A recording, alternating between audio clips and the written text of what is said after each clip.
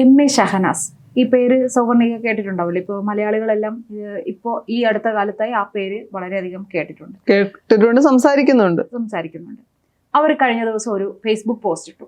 കാരണം അവർ കുറേ നാളുകളായിട്ട് ഇപ്പോൾ രാഹുൽ മാങ്കൂട്ടത്തിൽ എന്നൊരു വ്യക്തി ഇപ്പോൾ ഈ പല കേസുകളിലും കൂടെ പല വിഷയം വരുമ്പോഴും ഇതൊരു റെഫറൻസ് ആയിട്ട് രാഹുലിനെ വലിച്ചു വയ്ക്കേണ്ട ഒരു സാഹചര്യമാണ് ഉണ്ടായിരിക്കുന്നത്. എന്തൊക്കെ പറഞ്ഞാലും ശരി, രാഹുൽ മാങ്കൂട്ടത്തിൽ ഭാര്യയെ വീട്ടിനകത്ത് വെച്ചിട്ട് ഭാര്യ പുറത്തുപോയ സമയത്ത് വേറൊരു പെണ്ണിനെ വിളിച്ച് വീട്ടിനകത്ത് കയറ്റിയവനല്ല.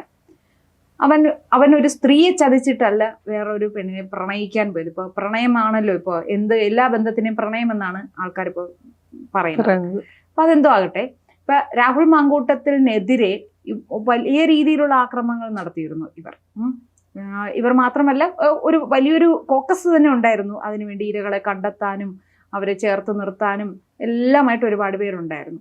അപ്പോൾ ഇങ്ങനെ പ്രതികരിച്ചുകൊണ്ടിരിക്കുന്ന സമയത്താണ് പല ഭാഗത്തു നിന്നും ഇവർക്കെതിരെ, കാരണം ഇവർ വ്യാജ പേരിൽ ഇവർക്ക് പല ഡോക്യുമെന്റ്സ് ഉണ്ടെന്നും IAS പ്രിലിമിനറി പാസ്സായി എന്ന് പറഞ്ഞ് കോളേജിൽ നിന്ന് സ്വീകരണം വാങ്ങിയിട്ടുണ്ടെന്നും അങ്ങനെ തുടങ്ങി ഇവരുടെ ചില തട്ടിപ്പുകൾ പുറത്തു വന്നു. അത് മാത്രമല്ല പലതരത്തിലുള്ള, പക്ഷെ അവരതിനിടയ്ക്ക് അതിനെ അതിജീവിക്കാനായിട്ടാണോ എന്ന് തോന്നുന്നു ചില സെന്റിമെന്റ്സ് കഥകളൊക്കെ ഇതിനിടയിൽ പുട്ടിന് പീര പോലെ ഇടുന്നുണ്ടായിരുന്നു. അങ്ങനെ സിമ്പതി പിടിച്ചു പറ്റുന്ന രീതിയിലുള്ള പ്രതികരണങ്ങൾ ഉണ്ടായിരുന്നു. അതേസമയം ശ്രീനാദേവി കുഞ്ഞമ്മ എന്ന് പറയുന്ന CPI-യിൽ നിന്നും കോൺഗ്രസിലെത്തിയ ഒരു യുവതി, അവരുടെ പേര് ഇതിനിടയ്ക്ക് വലിച്ചയക്കുന്നുണ്ടായിരുന്നു. അവരും രാഹുൽ മാങ്കൂട്ടത്തിലും തമ്മിൽ എന്തോ ബന്ധമുണ്ടായിരുന്നു എന്ന രീതിയിൽ. പിന്നെ സ്ത്രീകളെ പറ്റി പിന്നെ പറയാൻ കിട്ടിയാൽ ഇവർക്ക് പക്ഷേ പൂർത്തിയായിക്കോട്ടെ. ശ്രീനാദേവി കുഞ്ഞമ്മ മാധ്യമങ്ങൾക്ക് മുന്നിൽ വന്നിരുന്ന് സംസാരിക്കുന്ന ഇവരൊക്കെ ഫേസ്ബുക്കിൽ കുത്തിക്കുറിക്കുന്നത് പോലെയല്ല. അവർ കൃത്യമായ കാര്യങ്ങളാണ് ചോദിച്ചത് ഇവരോട്. ആരാണ് ഇര? ഇവർ ഈ ഇരകളെ വലിച്ചു കെട്ടിക്കൊണ്ടുവരുന്നുണ്ടല്ലോ. അപ്പോൾ ആരാണ് ഇര എന്നുള്ള കാര്യത്തിന് വ്യക്തമാക്കിക്കൊണ്ട് ശ്രീനാദേവി കുഞ്ഞമ്മ പറഞ്ഞ വാക്കുകൾ, അവർക്ക് ഒരു വലിയൊരു ഫാൻസ് തന്നെ ഈ നാട്ടിലുണ്ടായി. സ്ത്രീകളും പുരുഷന്മാരും ഉൾപ്പെടെ അവരുടെ വാക്കുകളിലെ കൃത്യതയും സത്യസന്ധതയും ആത്മാർത്ഥതയും ആൾക്കാർ തിരിച്ചറിഞ്ഞു. ഫേക്കായിട്ട് നമ്മൾ എന്ത് അവതരിപ്പിച്ചാലും അത് തിരിച്ചറിയാനുള്ളൊരു ബോധം നമ്മുടെ നാട്ടുകാർക്കുണ്ട് എന്നുള്ള കാര്യം ഇവർ മറക്കരുത്. ഇവരിപ്പോൾ ഒരു പുതിയൊരു പോസ്റ്റ് കൊണ്ടുവരാം. അതായത് ശ്രീനാദേവി കുഞ്ഞമ്മയെ എതിർക്കാൻ വേണ്ടിയിട്ട് എന്താണ് കരക്കമ്പികൾ ഒന്നും ഇവർക്ക് കിട്ടിയില്ല. കാരണം ഒരു അഡൾട്ട് ടോക്ക് ചേർത്തുകൊണ്ടുള്ള ഒരു കഥയും ഇവർക്ക് കിട്ടുന്നില്ല. രാഹുലുമായി ബന്ധപ്പെടുത്തി അതായത് മോശം അർത്ഥം വെച്ച് പറയാറുണ്ടെങ്കിലും അങ്ങനെ ഒന്നും ഇവർക്ക് പറഞ്ഞു ജയിക്കാൻ കഴിയില്ല. അതുകൊണ്ട് തന്നെ ഇവർക്കെതിരെ ഇവരെ ഒരു രാഷ്ട്രീയ മാലിന്യമെന്ന് വിളിച്ചുകൊണ്ട് അവരെ വെളുപ്പിക്കാനായി കരാറെടുത്ത് ആരെയാണ്, അതായത് ശ്രീനാദേവി കുഞ്ഞമ്മ രാഹുൽ മാങ്കൂട്ടത്തിനെ വെളുപ്പിക്കാൻ വരുന്നു. അവർ സത്യം വിളിച്ചു പറയുന്നു എന്നല്ലാതെ അവർക്ക് ആരെയും വെളുപ്പിക്കേണ്ട കാര്യമില്ല. ഒരു വ്യക്തി, ഇപ്പൊ നമ്മൾ പോലും പല ചർച്ചയിലും പറയും നമ്മൾ യഥാർത്ഥത്തിൽ രാഹുൽ അങ്ങനെ ഒരു തെറ്റാണ് ചെയ്തിട്ടുണ്ടെങ്കിൽ അതിനെ ന്യായീകരിക്കുന്നില്ല. പക്ഷെ ഇവരെടുക്കുന്ന ഒരു എഫേർട്ട്, നിലപാട്, നമ്മൾ ഈ പറയുന്ന മറ്റു മാധ്യമ പ്രവർത്തകരടക്കം എടുത്ത നിലപാടുകളാണ് നമ്മൾ പറയുന്നത്. അതിന്റെ അകത്തുള്ള ഒരു നിലപാട്. ഗണേശന്റെ വിഷയത്തിൽ ഇവർക്ക് ആർക്കും ഒന്നും പറയാനില്ല. സ്വന്തം ഭാര്യയാണ് നിലവിളിച്ചത് പാതിരാത്രി ഹെൽപ്പ് എന്ന് പോലീസിന്റെ. അവർ പിങ്ക് പോലീസ് എല്ലാം വന്ന ധൈര്യത്തിൽ അവർ വീടിനകത്ത് കയറി അവരുടെ ഡ്രസ്സും സാധനങ്ങളും എടുക്കുന്നു. തിരിച്ച് മന്ത്രിയുടെ സ്റ്റാഫുകൾ ഇവരെ ആക്രമിക്കാൻ വരുമ്പോൾ ഇവർ ഹെൽപ്പ് എന്ന് വിളിക്കുമ്പോൾ അവിടെ ആരുമില്ല, ആട് കിടന്നിടത്തൊരു കൂട പോലും ഇല്ല എന്ന് പറയുന്നത് പോലെ അവർ സഹായം അഭ്യർത്ഥിച്ച് അവിടെ എത്തിയ പോലീസ് അവിടെ ഇല്ല. അപ്പൊ ഇതിനെതിരെയൊന്നും ശരിക്കും അവർ ഒരു അതിജീവിത എന്ന് അവർ പറയണ്ടേ? അവർക്ക് പാതിരാത്രി സഹായം കിട്ടിയില്ല. മുഖ്യമന്ത്രിയുടെ ആഭ്യന്തര വകുപ്പിന്റെ കീഴിലുള്ള 112-ൽ വിളിച്ചാൽ ഏത് സ്ത്രീക്കും സഹായം ലഭിക്കുമെന്ന് പറഞ്ഞു. ഒരു മന്ത്രിയുടെ ഭാര്യ ആയതുകൊണ്ട് അവർക്ക് ആ സഹായം ലഭിച്ചില്ല. ഇപ്പൊ അവര് തമ്മിൽ കോംപ്രമൈസ് ആയി അതവിടെ നിൽക്കട്ടെ, അത് മറ്റൊരു കാര്യം. പക്ഷെ അങ്ങനെ ഇവരിപ്പോ ശ്രീനാദേവി കുഞ്ഞമ്മയ്ക്കെതിരെ അവിടെ നിൽക്കുന്ന, അവർക്ക് അവിടെ പേരില്ല, അവർ റേഷൻ കാർഡ് വ്യാജ റേഷൻ കാർഡാണ് എന്നൊക്കെ പറഞ്ഞിട്ട് ആവശ്യമില്ലാത്തൊരു ആരോപണം ഉയർത്തിയിട്ടുണ്ട്. പക്ഷെ ഇവർക്കെതിരെ ഈ എം.എ. ഷഹനാസിനെതിരെ പല രീതിയിലുള്ള ഇവരുടെ കള്ളത്തരങ്ങൾ പൊളിച്ചെടുക്കുന്ന വെളിപ്പെടുത്തലുകൾ ഇതിനോടകം നടന്നിട്ടുണ്ട്. എപ്പിസോഡുകളായിട്ടാണ് ആൾക്കാർ ഇവരുടെ കള്ളത്തരങ്ങൾ പൊളിച്ചെടുക്കുന്നത്. ഇതിന്റെ അകത്ത് കുറെ കാര്യങ്ങളുണ്ടല്ലോ. ശ്രീനാദേവി കുഞ്ഞമ്മ എന്ന് പറയുന്ന പേര് പൊതുസമൂഹത്തിലേക്ക് ചർച്ച ചെയ്യപ്പെടുന്നത് അവർ കോൺഗ്രസിലേക്ക് വരുമ്പോഴായിരുന്നില്ല. രാഹുൽ മാങ്കൂട്ടത്തിന്റെ വിഷയം വരികയും ഒരു മാധ്യമ പ്രവർത്തക അവരെ വിളിക്കുകയും നിങ്ങൾക്ക് വളരെ മോശമായ ഒരു എക്സ്പീരിയൻസ് രാഹുലിന്റെ ഭാഗത്തു നിന്ന് ഉണ്ടായിട്ടില്ലേ എന്ന് ചോദിക്കുമ്പോൾ വളരെ ആർജവത്തോടു കൂടി എന്നോട് രാഹുൽ മോശമായി പെരുമാറിയിട്ടില്ല, എനിക്ക് അങ്ങനെ ഒരു എക്സ്പീരിയൻസ് ഉണ്ടായിട്ടില്ല എന്ന് പറയുമ്പോഴാണ് ആദ്യം. എന്നിട്ട് അവരത് ഫേസ്ബുക്കിൽ കുറിപ്പിടുകയും ചെയ്തു, എന്നെ ഇങ്ങനെ ഒരു മാധ്യമ പ്രവർത്തകൻ. അതിൽ നിന്ന് അവർക്ക് മനസ്സിലായത് എന്താണ്? ഇരകളെ സൃഷ്ടിക്കുകയാണ്. യഥാർത്ഥ അതിജീവിതമാരോ ഇരകളോ അല്ല ഈ വിഷയത്തിലുള്ളത്, ഇരകളെ സൃഷ്ടിക്കപ്പെടുകയാണ് എന്നുള്ള തിരിച്ചറിവാണ് അവർക്കുണ്ടാകുന്നത്. പിന്നീട് അവർ പാർട്ടി മാറുന്നു, പിന്നീട് ഒരു കോൺഗ്രസിലേക്ക് വരുന്നു. അത് കഴിഞ്ഞ് അവർ അതിന് മുന്നേ അവർ ജില്ലാ പഞ്ചായത്ത് അംഗമാണ്, തെരഞ്ഞെടുപ്പിൽ വീണ്ടും മത്സരിക്കുന്നു, വിജയിക്കുന്നു.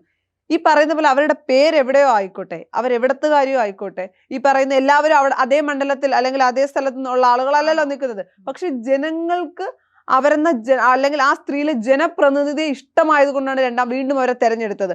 അവർ പാർട്ടി മാറുമ്പോൾ പോലും ആ പാർട്ടിക്ക് കിട്ടിയ വോട്ടായിരുന്നില്ല അവരെ വിജയിപ്പിച്ചത്, ആ വ്യക്തിക്ക് കിട്ടിയ വോട്ടായിരുന്നു. ജനങ്ങൾ അംഗീകരിക്കുന്നു എന്നതിന്റെ തെളിവാണ് വോട്ട് നേടിയിൽ അവർ വിജയിച്ചത്.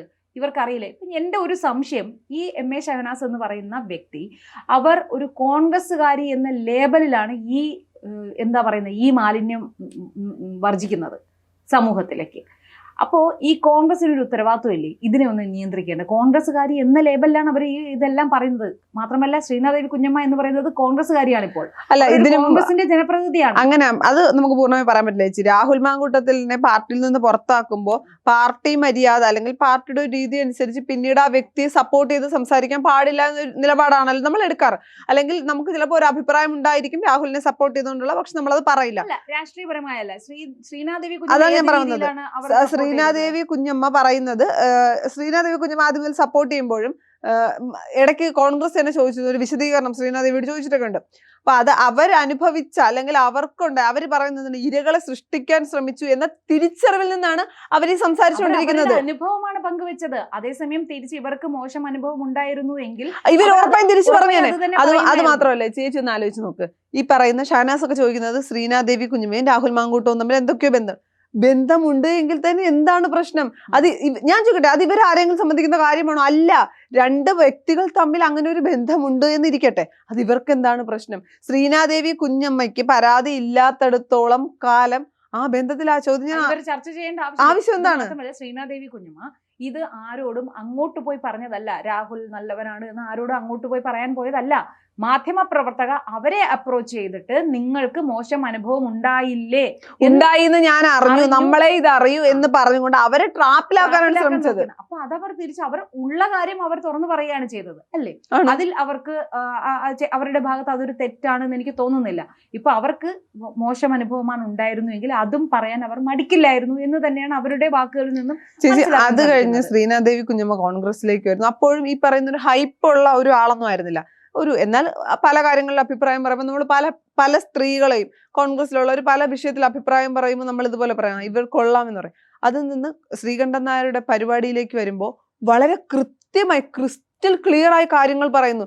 ഞാൻ തന്നെ ആ വീഡിയോ ഒരുപാട് പ്രാവശ്യം കണ്ടു. വളരെ ആരാണ് അതിജീവിത, ഞാൻ അതിജീവിതയെ പറ്റി പറയുമ്പോൾ ഞാൻ അവരെ റെസ്പെക്ട് ചെയ്യുന്നുണ്ട് എന്ന് പറഞ്ഞിട്ട്, അതിജീവിത എന്ന് പറയുന്നത് നമ്മുടെ കോൺസെപ്റ്റിനെ എന്താണ് പീഡിപ്പിക്കപ്പെടുന്നവർ മാത്രമാണ്, അല്ലെങ്കിൽ ഇര എന്ന് പറയുന്നത് പീഡിപ്പിക്കുമ്പോൾ ശാരീരികമായി ഉപദ്രവം അനുഭവിക്കുന്നവർ മാത്രമാണ് ഇരയും അതിജീവിതം. അതല്ല യഥാർത്ഥത്തിൽ ഈ പറയുന്ന ആരോഗ്യ വകുപ്പിന്റെ വീഴ്ച ഫലം കൈ നഷ്ടപ്പെട്ടു പോയ നഷ്ടങ്ങൾ സംഭവിച്ചിട്ടുള്ളവരെയും അവരാണ് യഥാർത്ഥ അതിജീവിത എന്ന് പറയുമ്പോൾ പിന്നെ നമുക്ക് അതിൽ തർക്കിക്കാനുമില്ല, സംസാരിക്കാനുമില്ല. കൈയടിക്കുകയായിരുന്നു. ഇത് കാണുമ്പോൾ സ്വാഭാവികമായിട്ടും അസൂയ തോന്നുമെന്ന കാര്യത്തിൽ സംശയമില്ല.